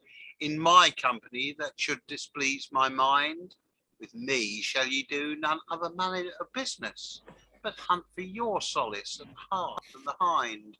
And some time where we convenient game find, our hawks shall be ready to show you a flight, which shall be right pleasant and cheerful to your sight. And if so be that in hunting ye have no delight, then may ye dance a while for your disport. Ye shall have at your pleasure both day and night all manner of minstrelsy to do you comfort. Do what thing ye will, I have to support our charges, and over that I may sustain, at mine own finding, 100 or twain. And as for him, I'm certain his ancestors were of full poor degree, albeit that now within a year or twain, because that he would a gentleman be, he hath gotten both office and fee, which after the rate of his wretched sparing suffices scarcely for his bare living. Wherefore, sweet Lucrece, it were not according for your great beauty with him to dwell, for there should ye have a threadbare living, with wretched scarceness. And I've heard tell that maidens of your age love not right well such manner of husbands, without it they be they that force us little to cast themselves away. I mean especially for such as them as may speak better if they will, as ye be in the case. And therefore, Lucrece, whatsoever he will say, his title against you to force and embrace, ye shall do to your own self so great a trespass, if ye follow his part and incline thereto. Now say what you will, sir, for I have all do. With right good will I shall go too, so that ye will hear me with as great patience as I have heard you. Reason would so, and whatsoever I shall speak in this audience, either of mine own merits or of his insolence, yet first unto you all, sirs, I make this request, that it would like you to construe it to the best. For loath would I be, as any creature, to boast of mine own deeds. It was never my guise. On the other side, loath I am to make any repertoire of this man's folly, or him to despise. But nevertheless, this matter toucheth me in such wise, that whatsoever you think in me, I must proceed unto the very truth thereof, as the matter is indeed, to make a great rehearsal of that ye have said, that time will not suffer, but nevertheless, two things for yourself in substance you have laid, which as you suppose maketh of your noblesse, upon the which things dependeth all your process. First, of your ancestors ye allege the noble guests. Secondly, the substance that you have of their bequests. In the which things only by your own confession standeth all your nobleness. This said ye before. Whereunto this I say, under the correction of Lucrece, our judge here, that ye are never the more worthy, in mine opinion, to be called noble therefore. And without ye have better causes to show than these, of reason you must the victory of this matter less, to the first part as touching your ancestors' deeds. Some of them were noble, like as ye declare. The stories beareth witness, I must grant them needs. But yet for all that, some of them were of contrary disposition, like as ye are. For they do not no profit, no more do ye, to the commonweal of this noble city. If ye will the title of nobleness win, show what have you done yourself, therefore. Some of your own merits let's see bring in, if ever you decent any since you were born. But surely you have no such thing in store. Of your own merits, whereby of right ye shall appear noble to any man's sight. But nevertheless, I will you not blame, though you speak not of your own deeds at all. And to say the truth, ye may not for shame. Your life is so voluptuous and so bestial, in following of every lust sensual, that I marvel nothing in my mind, if ye leave your own deeds behind. He weeneth that by his proud continence of word and deed with nice array, his great oaths and open maintenance of thefts and murders every day. Also his riotous disports and play, his sloth, his cowardy and other excess, his mind disposed to all uncleanliness.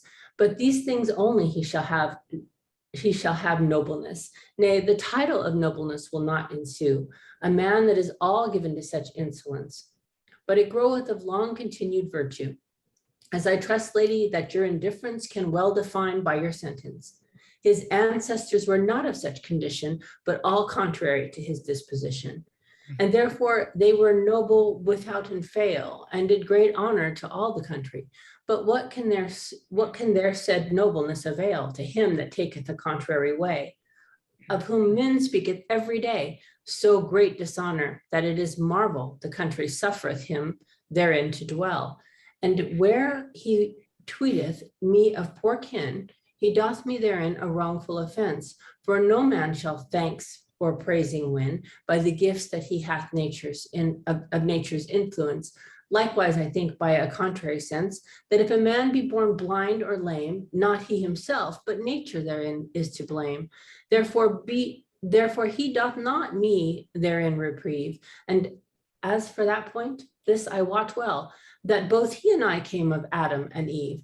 There is no difference that I can tell, which maketh one man another to excel, so much as doth virtue and godly manner, and therein I may well with him compare. Howbeit, I speak it not for mine own praise, but certainly this hath ever been my condition. I have borne unto God all my days, his laud and praise with my due devotion, and next that I bear always to all my neighbors charitable affection. Incontinency and uncleanness I have had in abomination, loving to my friends and faithful to all, and ever I have withstand my lust sensual. One time with study my time I spend, to eschew idleness, the causer of sin.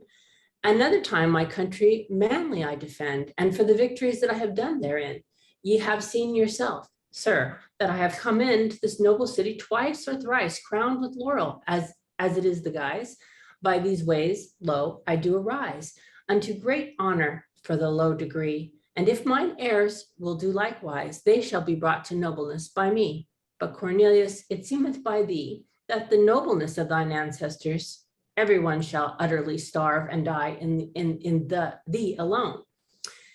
And where he tweeteth me on that other side of small possession and great scarceness, for all that, lady, if ye will with me abide, I shall assure you of moderate riches, and that sufficient for us both, doubtless. Ye shall have also a man according to your own conditions in everything. Now, Lucrece, I have showed unto you a part, of my title that I claim you by, beseeching you therefore with all my heart to consider us both twain indifferently, which of us twain you will rather allow more worthy of noblesse to marry with you. Sirs, I have heard you both at large.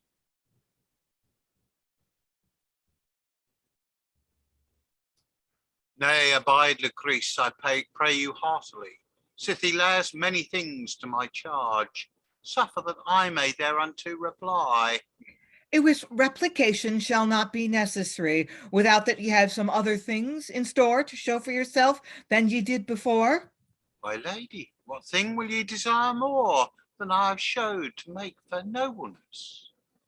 Yes, something there is that maketh therefore better than ye have showed in your process. But now let me see what man of witness or what other proofs ye forth, or what other proofs will ye forth bring, by the which either of you may justify his saying. As for my part, I will stand gladly to the common voice of all the country. And ye likewise, sir? Yea, certainly. I shall in no wise your word disobey. Then I will betwixt you both take this way. I shall go inquire as fast as I may what the common fame will therein report. And when I have thereof due evidence, then shall I again to your resort to show you the opinion of my sentence, whom I will judge to have the preeminence. Nay, fair Lucrece, I you require. Let me not now depart in vain, not knowing the effect of my desire. Sir, although it be to you a pain, yet must ye do so even both twain. Each of you depart hence to his own place, and take no more labor or pain in this case. For as touching the effect of my sentence, I shall go write it by good advisement soon after that I am departed from hence. And then to either of you both shall be sent a copy of the same, to this intent, that none other person it shall be seen, since it concerneth but only unto you twain. This is a good way, as in my mind. Are not you, sir, content in likewise? I wot ne'er, yet I will praise as I find, and as I have cause. That is ever my guise. Well, Lucrece, will you commend me any service? Command me any No. service? No service at all, sir. Why say ye so? Our Lord speed you both, so ever ye go. Now some maid, happily, as she were in my case, would not take the way that I do intend, for I am fully determined with God's grace, so that to Gaius I will condescend, for in this case I do him commend, as the more noble man, sith he this wise by mean of this virtue to honor doth arise. And for all that, I will not despise the blood of Cornelius. I pray you think not so. God forbid that ye should note me that wise. For truly I shall honor them wheresoe'er I go, and all other that be of like blood also. But unto the blood I will have little respect when the conditions be sinful and abject. I pray you all, sirs, as many as be here, take not my words by a sinister way. Yes, by my truth I shall witness bear, wheresoever I become another day.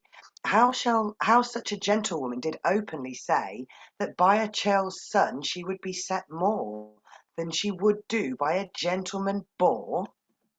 Nay, sir, then you report me amiss.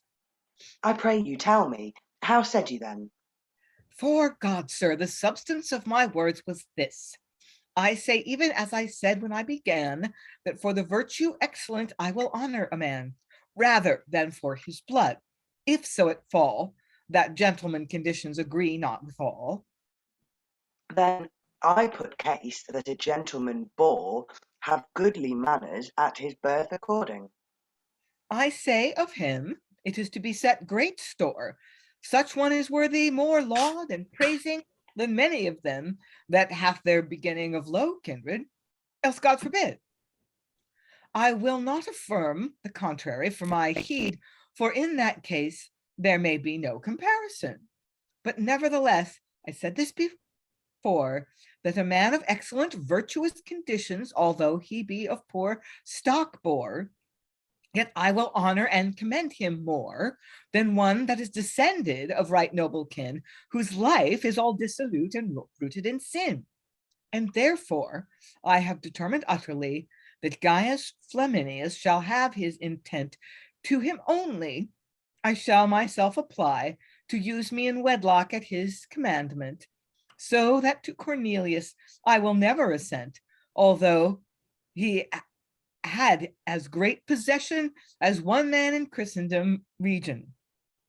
I shall no wise favor or love his condition, how be it that his blood requireth due reverence, that shall I give him with all submission, but yet shall he never have the preeminence to speak of very noblest by my sentence.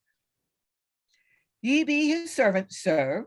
Go your way and report to your master, even as I say. Shall I do that errand? Nay, let be.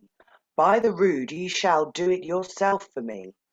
I promise you faithfully, I would my master had been in Scotland when he did put this matter in her hand to stand to her judgment. But forasmuch as it is so, that this wrong to him is due, by a woman he must let it go, and hold him content. But he is of such disposition, that when he heareth of this conclusion, he will be stark mad. Yea, by my troth, as mad as a hare. It shall make him so full of care, that he will with himself fare, even as it were a lad. And so would not I, so mote I thee, for this matter, and I were as he, it should never anger me. But this would I do, I would let her go in the mayor's name. What now, sirs? How goeth the game? What? Is this a woman girl? Yea, yea, man.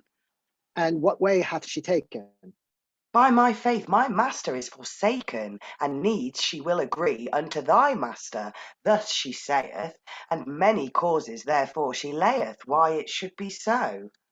I marvel greatly whereof that grew. By my faith, she said, I tell thee true, that she would needs have him for his virtue, and for none other thing. Virtue? What the devil is that? And I can tell I shew my cat in mine understanding. By my faith, no more can I, but this she said here openly, all these folk can tell. How say ye, good woman? Is it your guise to chose all your husbands that wise? By my troth, then I marvel. Nay, this is the fear, so mote I go, that men choose not their wives so in places where I have been. For wives may well complain and groan, albeit that cause they have none, cause they have none, that I can hear or see. But of wedded men there be right few, that will not say the best is a shrew, therein they all agree. I warn you, wedded men, every one, that other remedy have ye none, so much for your ease, and ye would study till tomorrow, but let them even alone with sorrow, when they do you displease. Hush, there's no man that setteth a blank by thy counsel or conneth thee thank. Speak thereof no more. They know that remedy better than thou. But what shall we twain do now? I care most therefore, methinketh that matter would be wist. Marry, we may go hence when we list, no man saith us nay. Why then? Is the play all due? Yea, by my faith, we were on's go, it would do straightway. Huh. And I would have thought in very deed that this matter should have proceeded to some other conclusion. Yea, thou art a master merry man. Thou shalt be wise, I wot near when. It is not the question of nobleness now fully defend, as it may be so by a woman's mind. What wouldst thou have more? Thou toldest me that other day that all the substance of this play was done specially, therefore, not only to make folk mirth and game, but that such as be gentlemen of name may be somewhat moved by this example, for to eschew the way of vice and favour virtue. For sin is to be reproved more in them for the degree than in other parsons such as be of poor kin and birth. This was the cause principal, and also for to do with all this company some mirth. And though the matter that we have played be not per case so well conveyed, and with so great reason as the history itself requireth, yet the author thereof desireth that for this season, and the lest ye will take it in patience, and if there be any offence, show us wherein, or we go hence, done in the same, it is only for lack of conning, and not he, but his wit running, is thereof to blame. And glad would he be, and right fain, that some man of stable brain would take on him the labour and pain this matter to amend. And so he willed me for to say, and that done of all this play, shortly here we make an end. And finish. Yay! I can feel like half of you going, yes, finally, and the other half going, oh my god, what just happened? Because it is a very long play, and yeah, so that I feel like that went quite quickly. I mean, we started. What time did we start? It's almost exactly 2 hours without an interval. Where A had that moment of like much welcome back everyone or so I can't remember what the line was right now, but I had marked different lines anyway. But yeah, there's some dancing that would make it a little bit longer. Yeah, but I mean 2 hours is not bad. Also for some running singing. through some. Yeah. Alan, sorry. I must admit, I think I'd be inclined to ditch most of it, apart from the episode between AB and Ancilla, which is great fun. Could be played at pace, and I suspect an awful lot of business could go in there because you've got a singing competition, you've got a wrestling match, and whatever else could be improvised by the company. Yeah, definitely. The sort of title plot basically only seems to be there to facilitate that. Didn't really seem to add anything much else to it. Well, yeah, but I mean, it's fun. And it kind of, it's kind of, I guess it's a debate play of like sort of like the whole thing of you don't have to be noble of birth to be noble in mind and all that stuff. Yeah, and I do like how they use it as a framework, and then it's like, well, yeah, we don't really. This is our main plot, but it's not really our main plot. We're just here. We're not really interested in that. Like, yeah, this is our main plot, but we're not. Yeah. Okay. Yeah, plot me no plots and all that stuff. Plot me no plots, right? Yeah. Fulgens disappears into the ether. Well, he did say, you know, comes back. Yeah, he did say that, like, how do you call it? That, you know, Lucrece, you can choose. He gave her the freedom of, you know, the agency of choice, at least. Yeah. Or, well, she asked for it, and then he said yes, which is a bit different. Yeah. Kyle seems inclined to say something, and then, yeah. And then Lynn. It's interesting. It seems like there's a lot of liberty. Like this, the servants are going wild, and she gets to choose. It's neat. I mean, there's some neat things about it, and there's some funny moments.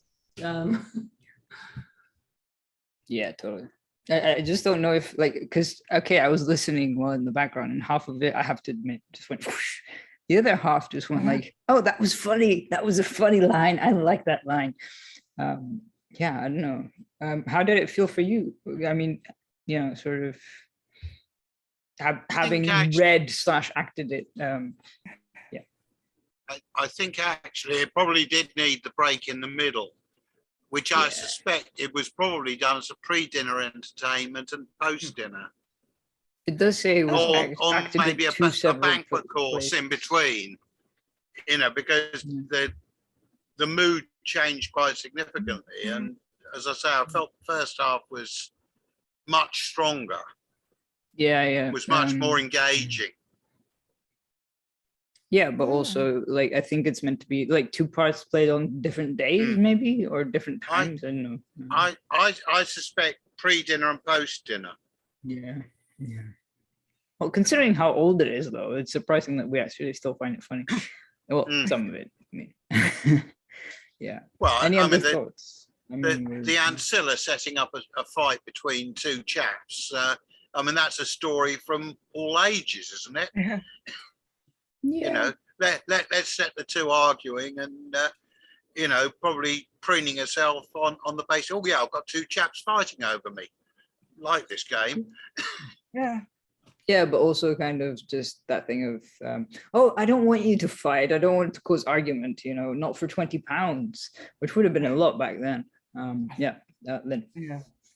Yeah, and so the kind of a contrast with Lucrece, who's very explicit about, I don't want you to insult each other or start fights, that this is supposed to be all very civilized and gentlemanly. So it's kind of an interesting contrast to the other love triangle, which is, much more, the conflict is much more in the open. It's much more bawdy and It would be fun to sort of take it apart, though. Although it's kind of fun that they kind of meet sort of only like in passing. It's like just to mess up the main plot and then just come back to whatever it was. Any other thoughts? Because we actually finished on time, and then we just have a bit of time after. Briony, as a thought. Or many. Yeah, I really liked the ending. It was just a nice, cute little speech at the end there to close it off. Yeah, it is quite sort of tight. It ties it up nicely. Kyle, I think, waved earlier. Well, yeah, one thing I was kind of found fascinating is that this is supposed to be played at the bishops, right? We were saying in the chat, archbishops. And I am intrigued for a few reasons for that, but also, I mean, if this, at first I was like, how is this religious or anything? But you have that contrast of like the very bodily and then the non-bodily. But I kind of love the how bodily it is, and that it's at the archbishops. It's got that carnivalesque kind of ancient feeling to it. So historically it's compelling. I mean, to me, it's interesting for that. Yeah, that's true. I see Lynsey waving and Lynn waving, so I don't know who to go first, alphabetically or just. Lynsey. Me? Yeah. Oh, I was just going to make the point. I mean, we're not fully sure of the date, I know, but it does feel to me to have more in common with Chaucer than in, for example, John Lilly or something like that. I mean, you can tell that it's very, very early compared to a lot of the stuff that we do. I think, I mean, what's interesting about it for me is I agree with Alan about that inset scene with AB and Ancilla, that works. You could take that bit out and it would work kind of independently of the rest of it. But I think it's interesting, this idea. I think I mentioned in the chat something about similar idea to Night of the Burning Pestle, where the apparent audience gets sort of pulled into the action of the play. And I'm not sure how much that appears. It seems quite unusual to me. But I'm not sure that as a kind of entirety, it particularly works that well. I mean, it's certainly part two, not just because Ancilla wasn't in it, but it just seemed to be quite long. That's it, really. Well, it feels almost like, the first part is, the shenanigans with the three of them, but also just sort of a lot of speechifying from A and B, whereas second part is a lot of more serious speechifying from Cornelius and Gaius, or Gaius, depending on how you want to pronounce it, depending on how Gaius feels. But yeah, it feels a bit like sort of, okay, they got their go and we're going to have our go. kind of thing. I don't know, maybe that's just me. Lynn. Yeah, I think the reminiscence of Chaucer is really right, is really spot on, because there's like we think in a sort of post-Reformation age that there's this like big divide between, you know, bodily functions and religiosity, and that I think maybe is something wasn't really as true when there was one European church. Catholicism, I don't know, it just had a different, it was just different. And you know, also thinking about what Kyle said about it, it's sort of interesting that this was made to be played before a bishop, an archbishop, and again, a bishop, or you know, a man in a powerful position in the church, was one of the few power positions that was available to ordinary people. You didn't necessarily have to be nobly born to rise in the church. A couple of generations after this, or maybe about this time, Cardinal Wolsey was the most powerful and wealthy man in England, and he was not even gentry, I don't think. So Butcher's son. Okay, yeah. So he wasn't even like landed gentry. So that would be something you might be flattering the bishop, saying, yeah, you're an ordinary person, but you're virtuous, and that's why you deserve your position of power and influence. Yeah, actually that's a good point. But then would it work nowadays is the question. I mean, because it would be kind of, I mean, having watched you perform it and having been in the first read as well, and having seen a version, I think it was by I can't remember now. Something with dolphins. Anyway, I feel bad now for not remembering the title. I should have. Their performance of it for a conference. It felt more direct and sort of, obviously, kind of reading it is different from performing it, sort of even on Zoom. But it feels like a very physical play that you wouldn't sort of. Like you needed a lot of sort of pushing around and, you know, tumbling, like the two clowns messing around and kind of thing, whereas everyone else playing it straight faced and serious, that kind of thing. I don't know. Yeah, I don't know. Would it work today? So just on a postcard kind of thing. I'm starting to steal Rob's phrases, which is very bad of me. I don't know. Dan, we've not heard from you a lot, but then that might be because you were speechifying a lot. I don't know. Yeah, not sure I've got anything else to add to what everyone else has been saying. Yeah, okay. Well, Elizabeth has a thought. Yeah, I was just going to say, like, the readers really carried this one, you know, especially, I really liked Briony and Dan's A and B, and I think I really liked everyone actually in this. I thought they really carried it. For me, the text just feels flat and dense, and I feel like the readers kind of injected life into it that may not have actually been there. I feel like the readers really injected life into this one, and sometimes some of the long speeches were really long. They kind of went on quite a long way. Even I remember Fulgens' speech right at the beginning was very long, and I'm not sure if those long speeches really added more information to like the plot. I prefer like when the play kind of was a bit more dynamic when there was dialogue, especially between A and B. The dialogue sections were a bit more dynamic. There was a lot more in it in the first half before dinner. And then I thought, okay, after dinner, it doesn't really matter because everybody's just full of food and they're all half asleep anyway. So yeah, I think that the readers really carried this one. Yeah, I mean, you need a round of applause. Alan has a thought, yeah. Yeah, I mean, one thing I've got, which is more a technical issue in terms of the way we do these second looks, is that a complete absence of stage directions can be a bit of a problem. It almost needs, when we're doing what is effectively a voice recording, it almost needs the voice of the book. For very occasional stage directions, just to inform the audience that there's been a change of personnel on stage or whatever. I think it Just to depends, make though. it clear, it's something that would be absolutely clear if you were doing a live performance, because you would see the grouping on stage. I think it Yeah. depends, though. For example, with Tide Tarith Nomad, Tide Tarith Nomad, yeah, that's the right one. Like where it was just 4 people, it was some of whom were in this room. It was kind of a lot more direct, but then I think that's because they also had the hat changes, they had everything else, they had the sort of petty fighting, which was quite fun.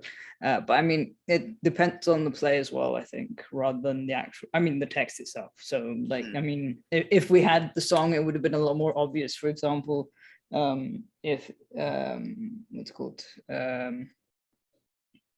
if we had the song, it would have been a lot more obvious for us that, you know, A and B were kind of basically messing around and messing up a song, for example, or just like sort of, I don't know.